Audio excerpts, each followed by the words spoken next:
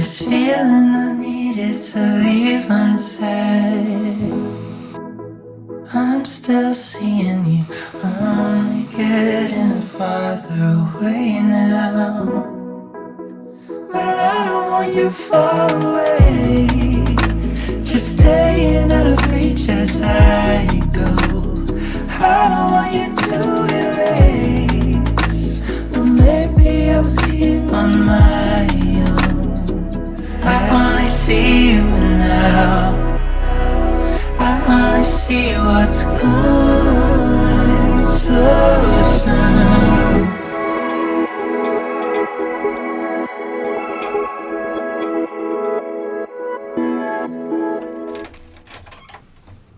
I used to hear a simple song.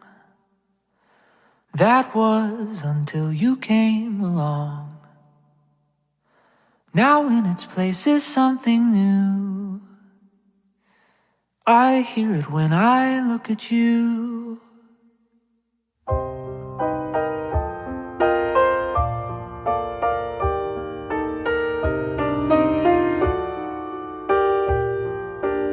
Eto anatrehan'Andriamanitra sy ny fiangonana, izao raha tanany arivo mahatana tefy dia manaiky anao raha tovana tamalala ny irina ho vatoko manaraka amin'ny fomba fanambadiana kristianina hatramin'ity andro anio ity, ary hijanona aminao irery mandra-pahavian'ny fahafatesana.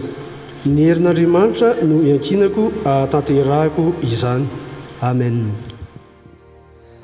With simple songs I wanted more. Perfection is so quick to bore. You are more beautiful by far. Our flaws are who we really are.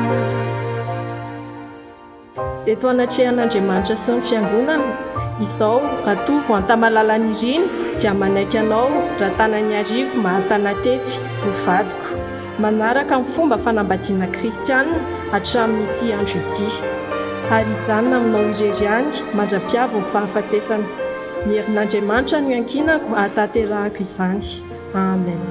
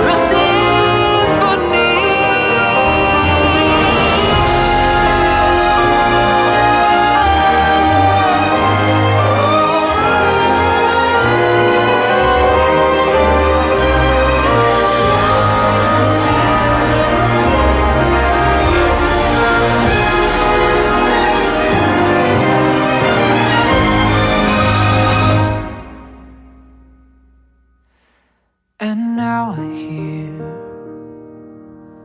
a symphony.